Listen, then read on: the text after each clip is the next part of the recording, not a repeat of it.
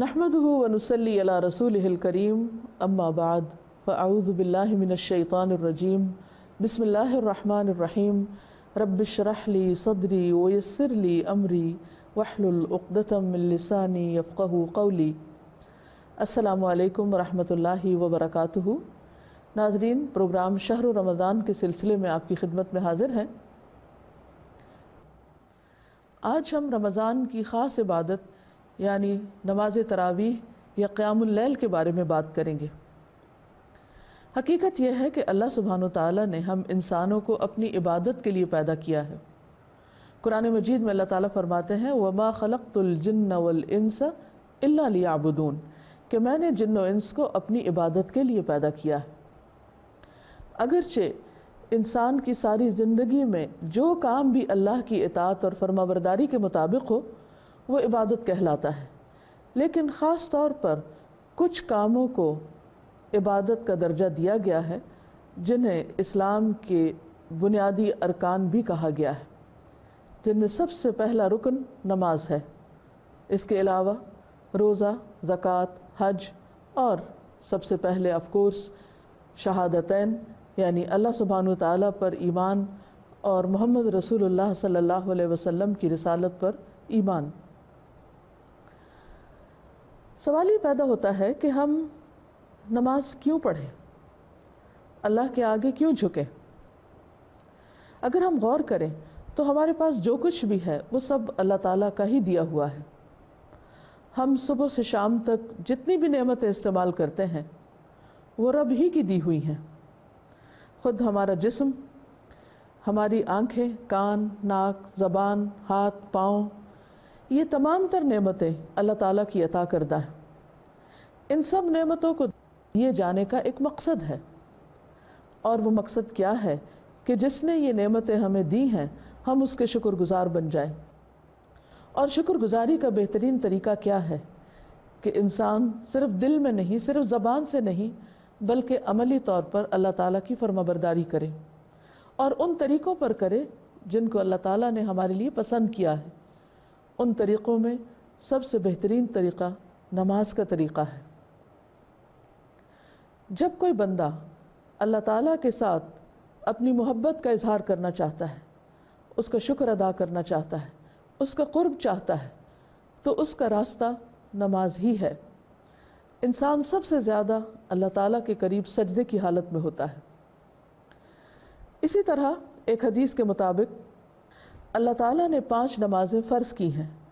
جو شخص ان کے لیے اچھی طرح وضو کرے، انہیں وقت پر ادا کرے اور ان میں مکمل صحیح رکوع کرے اور خشوع کا اہتمام کرے تو اس انسان کا اللہ پر ذمہ ہے کہ اسے معاف کر دے، اور جو شخص ان باتوں کو ملحوظ نہ رکھے اس کا اللہ پر کوئی ذمہ نہیں، چاہے تو اسے معاف کرے اور چاہے تو اسے عذاب دے۔ اس حدیث سے بھی پتہ یہ چلتا ہے کہ انسان کی بخشش کا ذریعہ بھی نماز ہی ہے۔ لہٰذا ہمیشہ لیکن خاص طور پر رمضان میں نمازوں کی پابندی کا اہتمام کرنا ضروری ہے۔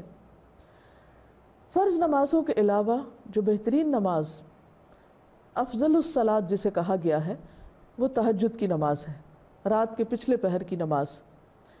لیکن رمضان المبارک میں انسان اگر رات کے پچھلے پہر اٹھ کر نوافل ادا نہ کر سکے تو اس کی سہولت کے لیے عشاء کی نماز کے بعد تراویح کی سنت بہترین عبادت ہے۔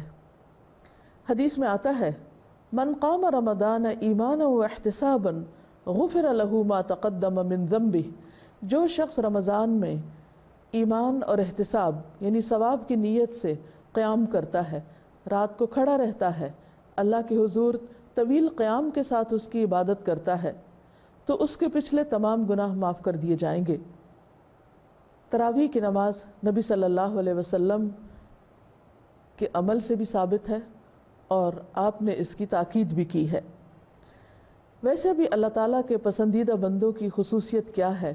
قرآن مجید میں آتا ہے تتجافى جنوبهم عن المضاجع يدعون ربهم خوفا وطمعا ومما رزقناهم ينفقون۔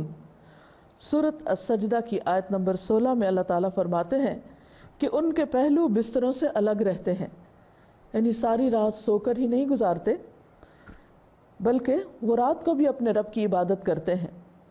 وہ اپنے رب کو خوف اور امید کی حالت میں پکارتے ہیں، اور اس میں سے جو ہم نے ان کو رزق دیا ہے وہ خرچ کرتے ہیں۔ اس آیت مبارکہ سے پتہ یہ چلتا ہے کہ اللہ تعالیٰ کے پسندیدہ بندوں کی خوبی یہ ہے کہ وہ دن کے علاوہ رات کے وقت بھی تنہائی کے اوقات میں اللہ تعالیٰ سے سرگوشیاں کرتے ہیں، اس کے سامنے قیام کرتے ہیں، رکوع کرتے ہیں، سجدے میں راز و نیاز کرتے ہیں۔ ایسے لوگ اللہ تعالیٰ کے محبوب بندے ہوتے ہیں، اللہ کے مقرب بندے ہوتے ہیں۔ اور اس شخص کی شان کا کیا کہنا جو اللہ رب العزت کے قریب ہو، جو کہ پوری کائنات کا بادشاہ ہے۔ پھر اسی طرح ایک اور آیت سے بھی پتہ چلتا ہے، سورۃ الذاریات میں اللہ تعالیٰ فرماتے ہیں کہ اللہ کے نیک بندے کون ہیں، متقی کون ہیں؟ کانوا قلیلا من اللیل ما یہجعون وبالاسحار ہم یستغفرون۔ وہ رات کو کم سوتے ہیں اور سحری کے وقت استغفار کرتے ہیں۔ عموماً رات کے پچھلے پہر میں فجر سے پہلے قیام کے لیے اٹھنا ایک مشکل عمل ہے، لیکن جس کے لیے اللہ تعالیٰ آسان کر دے اس کے لیے کچھ مشکل بھی نہیں۔ لیکن رمضان میں تو سحری کے لیے انسان اٹھتا ہی ہے، کیونکہ سحری کھانے والوں پر فرشتے رحمت کی دعائیں بھیجتے ہیں، ان کے لیے خاص دعائیں کرتے ہیں، اور اسی طرح اللہ تعالیٰ کی رحمت نازل ہوتی ہے۔ تو جو لوگ اللہ کے محبوب ہوتے ہیں وہ صرف کھانے پینے کے ہی شوقین نہیں ہوتے، صرف کھانا کھانے والی عبادت ہی نہیں کرتے، بلکہ اس کے ساتھ ساتھ شوق اور ذوق کے ساتھ اللہ کے آگے جھکتے بھی ہیں۔ اس لیے ہم سب کے لیے ضروری ہے کہ ہم رمضان کی راتوں میں اس عبادت سے فائدہ اٹھائیں، رات کے اول حصے میں کچھ نوافل ادا کریں اور کچھ آخری حصے میں، اور خصوصی طور پر وَبِالْأَسْحَارِ هُمْ يَسْتَغْفِرُونَ، سحری کے وقت استغفار کریں، اللہ تعالیٰ سے اپنے گناہوں کی معافی مانگیں۔ اور ویسے تو نماز بھی انسان کے لیے گناہوں کی بخشش کا ذریعہ ہے، لہٰذا ہم سب کے لیے ضروری ہے کہ ہم اس کا خصوصی اہتمام کریں۔ عام طور پر ذہنوں میں یہ سوال پیدا ہوتا ہے کہ تہجد اور تراویح کیا دونوں ہی ضروری ہیں، یا صرف تراویح کفایت کر جائے گی، یا صرف تہجد پڑھ لینا ہی کافی ہے؟ اس میں تو کوئی شک نہیں کہ رات کا آخری حصہ عبادت کے اعتبار سے سب سے افضل حصہ ہے۔ اس وقت میں جب انسان سحری کھاتا ہے تو وہ سحری بھی ایک مبارک کھانا بن جاتی ہے۔ نماز کی ادائیگی بھی، یعنی رات کو نیند لینے کے بعد اٹھ کر نماز ادا کرنا، جسے تہجد کہا جاتا ہے، وہ ایک بہترین عبادت ہے۔ نبی صلی اللہ علیہ وسلم نے اس کے بارے میں فرمایا، افضل الصلاۃ بعد الفریضۃ صلاۃ اللیل، فرض نماز کے بعد افضل ترین نماز رات کی نماز ہے۔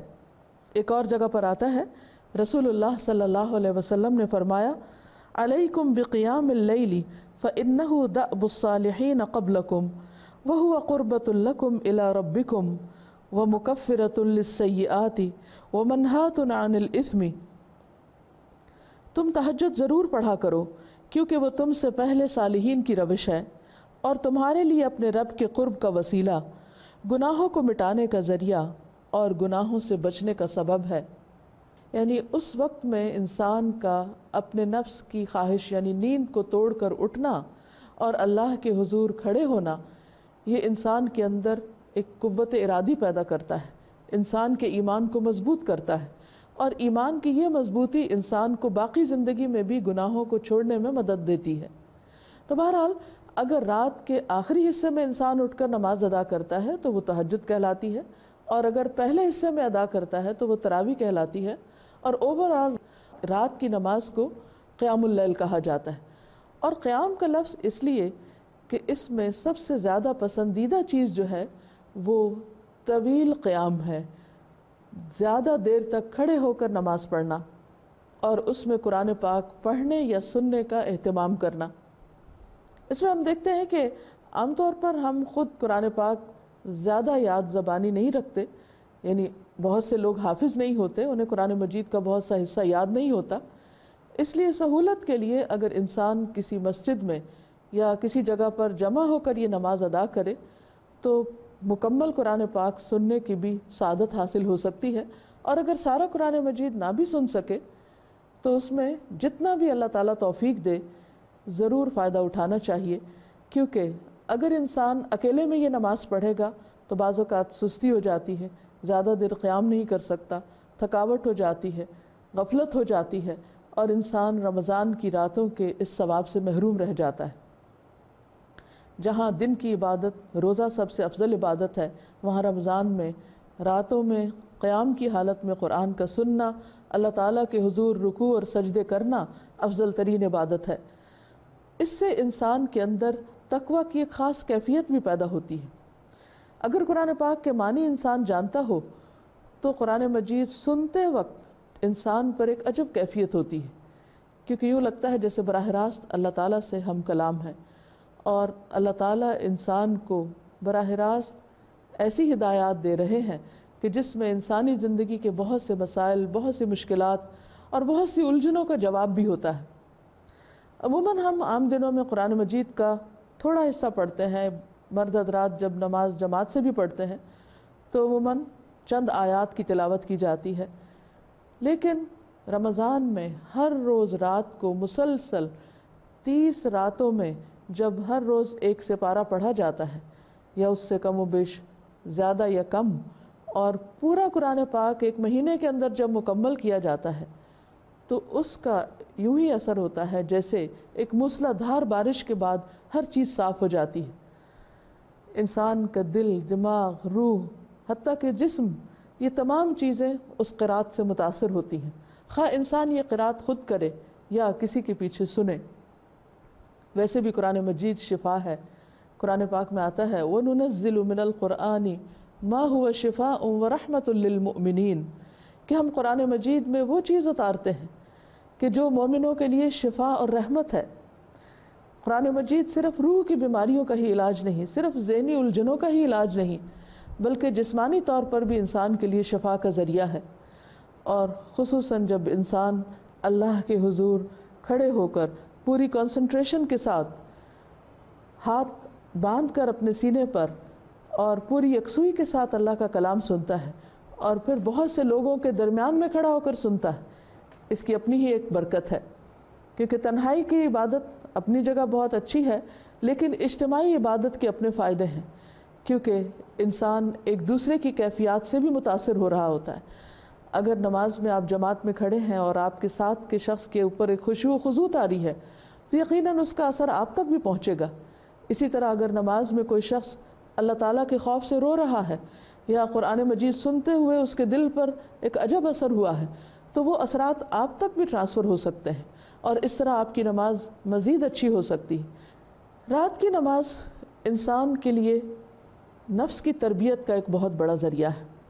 عام طور پر یہ دیکھنے میں آیا ہے کہ سال بھر زندگی کی مختلف مصروفیات کی وجہ سے انسان رات کی نماز کی طرف توجہ نہیں دے پاتا، یعنی نوافل کی طرف. لیکن رمضان میں اللہ سبحانہ وتعالیٰ کی خاص رحمت ہے کہ اس نے ہمیں یہ موقع عطا کیا، لہٰذا ہم سب کے لیے ضروری ہے کہ ہم اس کا اہتمام کریں. اور یہ وقت نہ صرف یہ کہ ہمارے نفس کی تربیت کا ایک بہت بڑا ذریعہ ہے، بلکہ اس کے علاوہ دعاؤں کی قبولیت کا بھی وقت ہے. کیونکہ انسان جب اللہ سبحانہ وتعالیٰ کی عبادت کرتا ہے، اس کے حضور جھکتا ہے، تو اس کے بعد اللہ سبحانہ وتعالیٰ کے آگے جب ہاتھ پھیلاتا ہے تو اللہ تعالیٰ اس کے ہاتھوں کو خالی نہیں لوٹاتے. اس لیے ان مواقع سے خوب فائدہ اٹھانا چاہیے، اور جتنی بھی رحمتیں اور برکتیں اور اللہ سبحانہ وتعالیٰ کی نوازشیں ہم سمیٹ سکیں انہیں سمیٹنے کی کوشش کرنی چاہیے. ایسا نہ ہو کہ تھوڑی سی سستی ہمیں ان خیر و برکت اور بھلائی کے کاموں سے محروم کر دے. اللہ تعالیٰ سے دعا ہے کہ وہ ہمیں اس مبارک مہینے کی راتوں اور دنوں سے بھرپور فائدہ اٹھانے کی توفیق عطا فرمائے. وآخر دعوانا ان الحمد للہ رب العالمین. اس کے ساتھ ہی ہم اپنے پروگرام کا اختتام کرتے ہیں. السلام علیکم ورحمۃ اللہ وبرکاتہ.